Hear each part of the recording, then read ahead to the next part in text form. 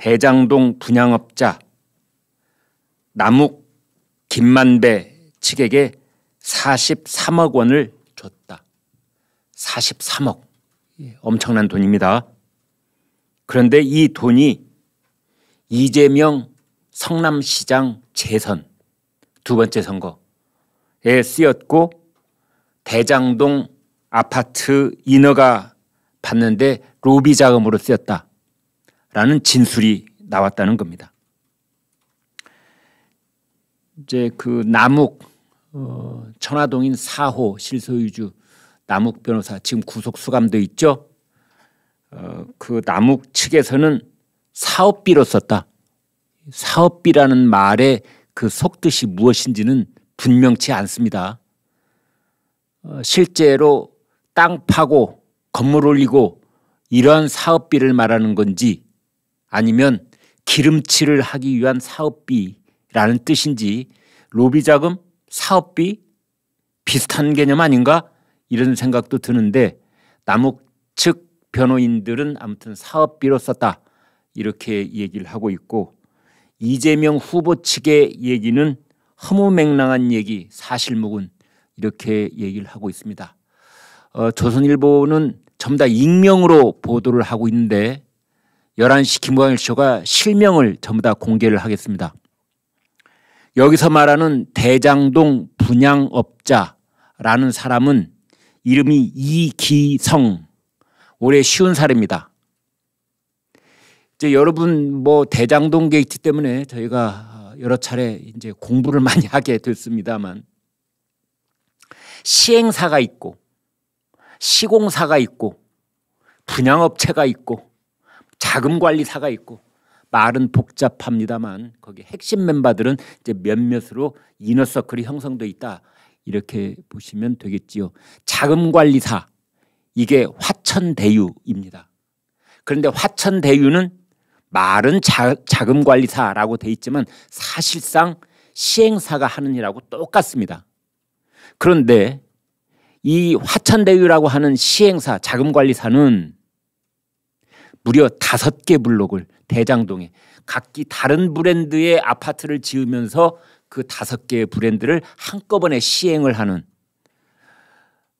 제가 이쪽 토목 분야의 최고 전문가들하고 오랫동안 이 취재를 해봤는데요. 상상할 수 없는 일이랍니다. 그것은. 시행사 한 곳이 5개 블록 전체를 다 이렇게 일본말 한 번만 쓰겠습니다. 도리하듯이.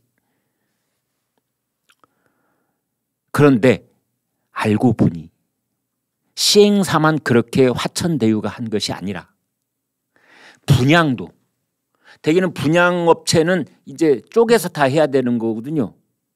현대아파트를 지었으면 거기는 뭐 A 분양사, 삼성아파트를 지었으면 이제 B 분양사 이런 식으로 다 나누는 거 아니겠습니까? 그런데 5개 블록을 한 분양사가 다 가지고 갑니다. 그 분양사 이름이 더 간다? 뭐 앞으로 미래를 향해 더 간다? 그런 뜻인가요? 아무튼 한글로 더 감 이렇게 되어 있고 거기 대표가 이기성. 이기성 씨는 아버지가 이유형이라는 분이고 전라남도 목포에서 정치인으로 이름이 알려진 그 집안입니다. 그 아들이 이기성 씨고 경원전문대학교 무역학과를 나왔다 이렇게 되어 있습니다. 이제 이 사람이 여러분 다 알고 계시는 박영수 특검의 인척 이렇게 되어 있는 겁니다. 그리고 이 이기성 씨가 반도체 장비업체 G스마트 글로벌이라는 회사를 갖고 있는데 박영수 특검은 그 G스마트 글로벌의 사회이사를 맡기도 했습니다. 그러니까 박영수 특검은 이기성 그래 친인척 되는 건 맞은데 서로 뭐 긴밀하게 왔다 갔다 하는 사이는 아니라고 그렇게 부인을 하고 있는데 알고 보면은 매우 끈끈한 사이였다는 것이 이제 여러 가지 정황 증거로 드러나고 있는 건데요. 여기에 또 다른 회사가 하나 등장을 합니다. 그 회사가 금강인프라코어 조선일보는 이건 역시 회사 이름은 감추고 여기 대표 이름도 그냥 익명으로 보도했던데 그 대표가 나석규라는 사람입니다. 그래서 이렇게 보시면 됩니다. 돈의 흐름이 매우 복잡해서 여러분이 거기까지 다 기억하실 필요는 없고 제가 그냥 말씀을 드리겠습니다. 김만배 씨가 화천대유에서 473억을 장기 대출을 받습니다. 지가 갖고 있는 회사에서 지가 대출을 받는 겁니다. 473억. 그중에 100억 원이 방금 말씀드린 나석규라는 사람, 토목건설업체 금강인프라코어 이쪽에 흘러갑니다.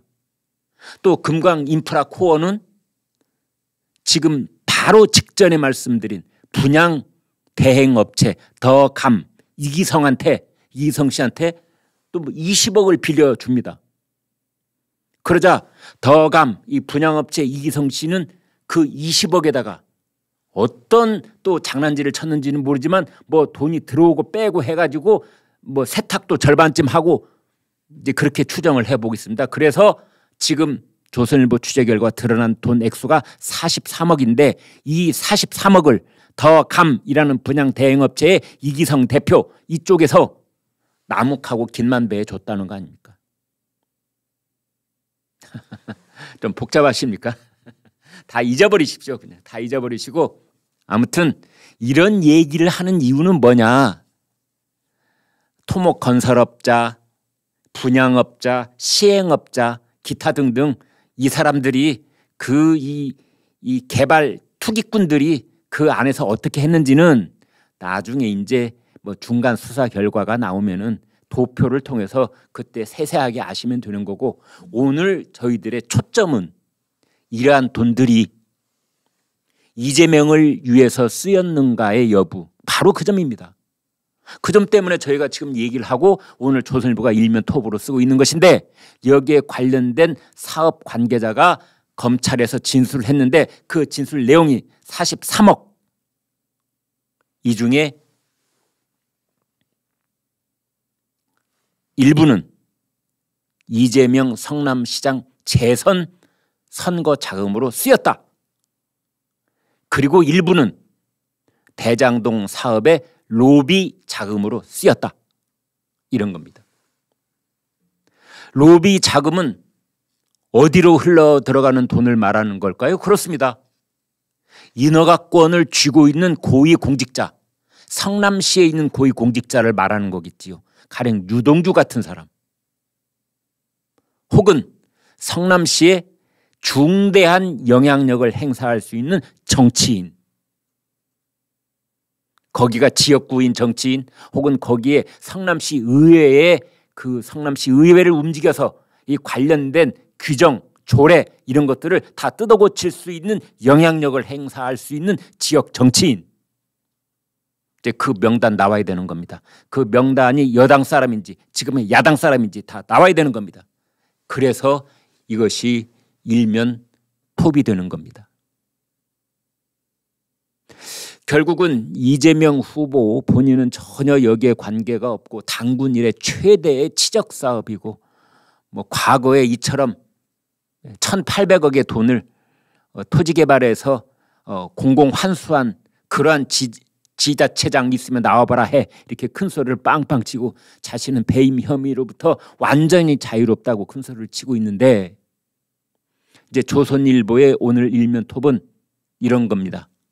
꼬리가 길면 반드시 잡힌다. 그것은 이러저러한 돈들이 이재명 후보 본인 혹은 직계가족 이름으로 된 통장으로 그 돈이 직접 꽂히기야 했겠습니까? 설마.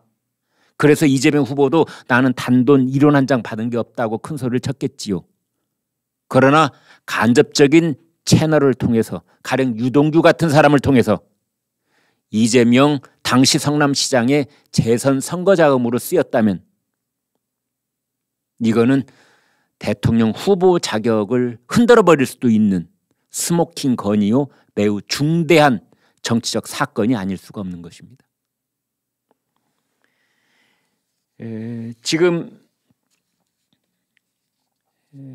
이제 여기에 관련자들이 많고 워낙 덩어리가 큰 돈이 오고 가다 보니까 실질적으로 영향력을 행사해서 대장동의 아파트 개발을 제대로 할 수 있도록 기름칠을 하는 데 쓰인 돈도 있는가 하면 때로는 협박을 받아서 입막음용으로 간 돈도 있을 것이다 라는 것이 조선일보 기사입니다. 예컨대 김만배 화천대유 실소유주 김만배로부터 김만배가 473억을 장기 대출을 받고 그중에 100억이 금강인프라코어에 나석규한테 흘러갔다. 이런 정황이 있다면 왜 김만배는 나석규한테 100억이라는 어마어마한 돈을 주었을까? 거기 관련자들이 이런 짓을 하고 있는 겁니다. 나석규가 김만배한테 야 김만배 씨 내가 당신들 로비한 거 내가 일부 다 알고 있거든. 내 입이 자꾸 근질거리네. 어떻게 할래? 그래서 입막음용으로 100억이 흘러갔을 것이다 라는 관련자들의 진술도 이미 나와 있습니다. 자 여러분 숲속에 들어가서 나무 한 그루 한 그루를 살피셨으면 이제 그 큰 숲을 봐야 될 차례가 왔습니다. 산 등성이는 어디로 굽이쳐 가고 있고 계곡은 어디로 빠져나가고 있는지 살펴봐야 되는 겁니다. 집권 여당인 더불어민주당의 대통령 후보인 이재명 어떤 관련이 있는 것이며 지금 서울중앙지검은 이 이재명 후보의 배임, 강요, 직권남용 등등에 대한 수사를 어디까지 진행하고 있는 것일까? 이것이 초점입니다. 특검은 과연 가능할 것인가? 이것이 초점입니다.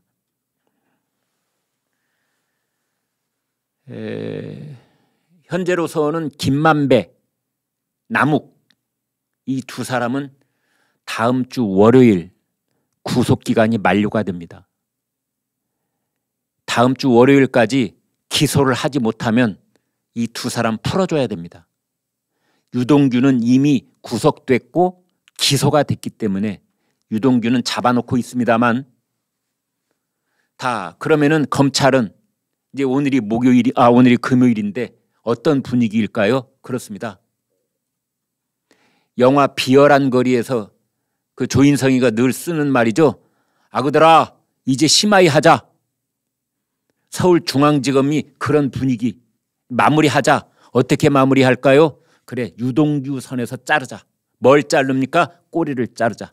그리고 이재명은 증거를 찾지 못했음. 배임 혐의 찾지를 못했음. 이렇게 대충 심하이 하고 넘어가자. 이게 서울중앙지검의 분위기였습니다. 그러던 차에 마침 서울중앙지검의 실무검사 그 수사팀이 7명이나 코로나에 걸려버렸네. 이 사람들 방역 수칙을 어기고 16명인가가 한 고깃집에 가서 함께 저녁밥 먹었답니다. 그렇게 저녁밥 먹고 그냥 흘러 넘어갈 수도 있었을 텐데 그 16명이 방역 수칙에 따르면 10명이 상한선이었는데 16명까지 밥을 먹은 끝에 그중에 7명이 코로나 확진자가 돼버린 겁니다. 그래서 그것 때문에 개점 휴업 상태. 그래 우리가 코로나 걸렸다고 욕은 먹기는 하지만 잘 됐다. 그렇지 않아도 셔터 내리고 개점 휴업 상태인데 자 여기서 마무리. 이재명은 혐의 없음. 증거 못 찾았음. 유동규는 구속 기소. 그러던 상황 속에서 자 국민의힘의 곽상도는 이제 압수수색을 하는 겁니다. 그 아들이 퇴직금 50억 받았다는 곽상도 의원직을 상실했으니 부담 없이 이제 압수수색을 하는 거지요. 이제 이것이 지난주 이번 주로 넘어오는 분위기였던 겁니다. 서울중앙지검의 분위기. 그런데 느닷없이 정말 느닷없이 43억 줬다. 이런 폭탄이 터진 겁니다. 서울중앙지검 입장에서는 이제 손 털고 야 다 덮을 건 덮고 깔 건 까고 자 넘어가자. 다음 주 월요일이 김만배 남욱 구속기간 만료 일이겠다. 그날 뭐 김만배하고 남욱 그래 기소하자. 이제 넘어가자 이렇게 했는데 43억 폭탄이 꽝 하고 터진 겁니다. 그래서 유동규 꼬리 자르기가 무산되는 것이 아니냐 이제 이런 얘기가 나오고 있는 겁니다. 법조계에서는 이렇게 말하고 있습니다. 민간 사업자들로부터 뇌물을 받은 유동규 전 성남도시개발공사 기획본부장의 배임, 그 선에서 결론을 내리려던 수사팀 입장에서도 곤혹스러울 것이다. 네, 이렇게 됩니다. 일이란 건 항상 이렇게 흘러가는 것이지요. 여러분 이 검찰이나 경찰 이 수사당국이 이제 발표를 할 때 보면은 항상 중간 수사 결과 발표 이렇게 중간이라는 말을 붙입니다. 왜냐하면 거의 수사가 다 마무리가 되더라도 그건 중간일 수밖에 없는 겁니다. 왜? 재판이 다 끝나야 재판까지가 다 끝나야 수사도 마무리된다 이렇게 볼 수 있는 측면이 있기 때문에 수사를 다 완벽하게 했더라도 형식적으로 발표할 때는 중간 수사 결과 발표입니다. 서울중앙지검이 경기 남부경찰청이 중간 수사 결과 발표할 수 있을까요? 과연? 아마 못할 가능성이 높다. 어차피 이것은 특검으로 갈 수밖에 없다. 이제 이런 얘기가 지금 나오고 있는 겁니다. 어제 이재명 민주당 후보가 특검 가자 강력히 요구하겠다 이렇게 이제 그쪽에서부터 까고 나왔기 때문에 아마 특검이 좀 탄력을 받는 거 아니냐 이런 얘기가 나오던 차에 43억 폭탄이 터진 겁니다. 네, 여러분 오늘 방송 어떻게 보셨습니까? 구독, 좋아요, 공유 눌러주셔서 여러분의 마음을 보여주십시오. 여러분의 마음을 보는 순간 저희는 엄청난 힘을 얻습니다. 고맙습니다.